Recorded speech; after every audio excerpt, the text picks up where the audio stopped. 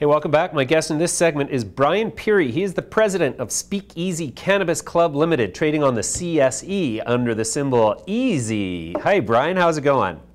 Morning. Thanks for having me today. Yeah, no, it's great. I love your symbol, EASY. That's awesome. Tell me, what does SpeakEasy Cannabis Club do? So we're a collective of premium growers in BC. Right now, we've got a 10,000 square foot facility. We're into construction on an additional 80,000 square foot facility.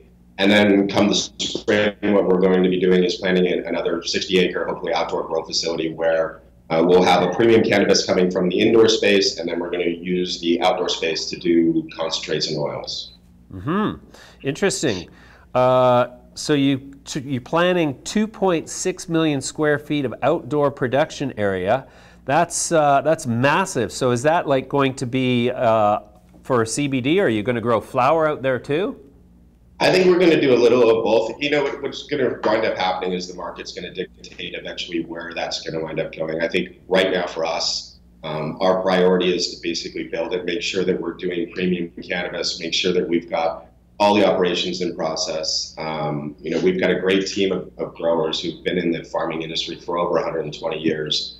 It's the family that built Sunripe, so we know what we're doing on the farming side. It's just a matter of time for us getting everything in position and getting the right people in the right place. So we think that we will be able to do both CBD and high quality flower in the outdoor space. But it is going to be challenging, and 60 acres is quite a bit, but we think we can actually do more in the future years as well. Well, okay, so tell me, how much money have you raised at this point? To be honest with you, you'd have to talk to my CFO about that. I recently signed on, and we're going through all the books right now, and we have a board meeting to discuss what we've done and what the cash positions are. But I see. So you've just joined the company as CEO. Well, actually at the firm. So yeah, I'm actually working on the finance side and running the operational side. Mark is actually doing the grow side. So what we're doing is we're actually taking the company as kind of a two-headed approach, where Mark is focusing on the grow side and I focus on the operational and the financing side. Very interesting. Okay, so tell me, what are the catalysts that are going to happen in the next 12 and 24 months that are going to make you a contender? You have yet to receive a license at this point, is that correct? That's correct. I mean, we've been waiting for Health Canada. The last kind of discussion we had with them was back in March, or May rather, and we haven't had any further input from them, so we're just essentially waiting on approval for the license.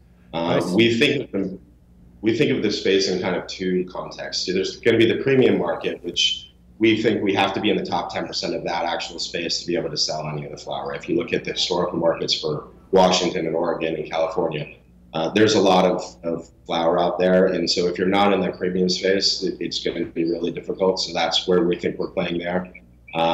In terms of what we can do in the outdoor space, I think we can actually set up a lot of distribution agreements with countries such as Brazil and Mexico and Uruguay, as well as the EU, to be able to transport CBDs to both Canada and internationally. Obviously, our primary focus is the Canadian market at this juncture, but we do have to look longer term and think of the international scope as well. Okay, so is there any, I guess there's no reason to believe that the license will be delayed for any reason, because you've submitted all of the, you know, the compliance packages and basically everything's up to snuff? Yep, as far as we know, we're just waiting on approval, and we're just continuing what we're doing in the build out of the indoor space at this point. Okay, so in the meantime, the company's been signing MOUs and LOIs. I see you've got an LOI with Valens GroWorks, who is one of our portfolio companies of clients, and an MOU with Herbamedica to export cannabis to Germany. That's so those relationships are kind of going to open the door for you in terms of global distribution, I guess. Yeah, and I think that those are just the kind of the beginning of it. I think that the EU expansion, I think you can expect to see some Latin American expansion from us, as well as potentially an Israel kind of connection. So I think that there's there's a lot of opportunities on an international side. What we need to do is make sure that we're focused domestically first and in doing everything we need to do here before really worrying about that stuff, because I honestly believe that if we can produce the cannabis that we think we can, then there's going to be, the demand is going to come from all over the world seeking our product. Sure. Okay, great. Well then, in terms of the 2.6 million square feet, is that all going to be greenhouse, or is that just open air growing?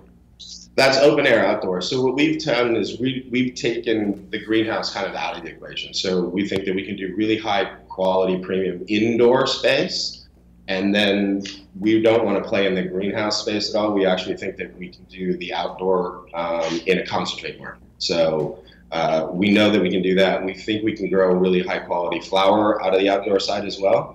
And so we'll have both the THC and hopefully the CBD markets in that outdoor grow space. Okay, that's a great introduction, Brian. We're going to leave it there. We'll come back to you in due course. We'll keep our eyes peeled for your license, and wish you the best of luck. Thank you for joining me today. Thank you. Appreciate your time today.